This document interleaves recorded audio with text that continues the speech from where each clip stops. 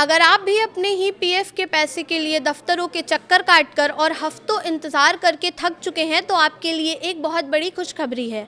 मई के महीने से ईपीएफओ अपना सबसे बड़ा डिजिटल धमाका करने जा रहा है। अब आपको लंबे चौड़े फॉर्म भरने की ज़रूरत नहीं होगी, क्योंकि अब सीधे यूपीआई के ज़रिए आपके पीएफ का पैसा आपके खाते में आएगा। आखिर क्या है ईपीएफओ का ये नया सुपरफास्ट सिस्टम, जानेंगे इस वीडियो में। नमस्कार, मैं प्रिया श्रीवास्तव और आप देख रहे हैं न्यूज़ 18।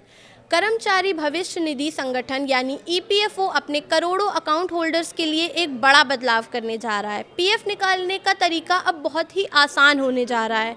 खबर है कि मई के आखिरी तक यूपीआई के जरिए तुरंत पीएफ निकालने की सर्विस शुरू हो सकती है। ईपीएफओ के नए डिजिटल सिस्टम साइट्स 2.0 के तहत बदलाव हो रहा है।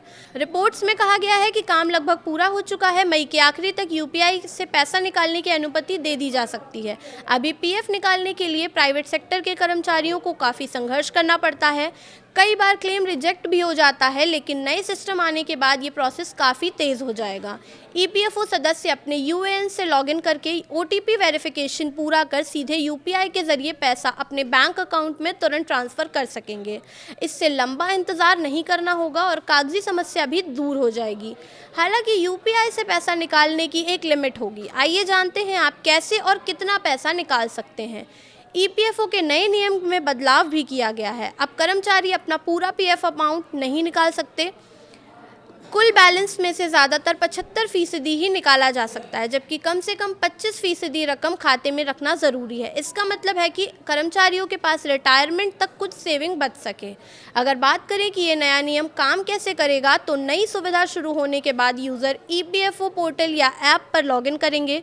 फिर वहाँ उन्हें अपनी कुल बैलेंस और निकालने वाले अमाउंट के बारे में जानकारी दी जाएगी। इसके बाद वो जितना अमाउंट निकालना चाहते हैं उतना एंटर करेंगे और अपनी यूपीआई आईडी एंटर करेंगे। फिर वेरिफिकेशन के बाद पैसा सीधे अकाउंट में ट्रांसफ़र हो जाएगा। वहीं सरकार चाहती है कि कर्मचारी अपनी पूरी जमा अमाउंट जल्द खर्च ना कर सकें और भविष्य के लिए कुछ पैसा बचा कर रख सकें। इस कारण ये लिमिट तय की गई है। साथ ही अगर किसी को इमरजेंसी हो तो फॉर्म भरने का इंतज़ार ना करना पड़े, उसे तुरंत यूपीआई के ज़रिए पैसा मिल सके।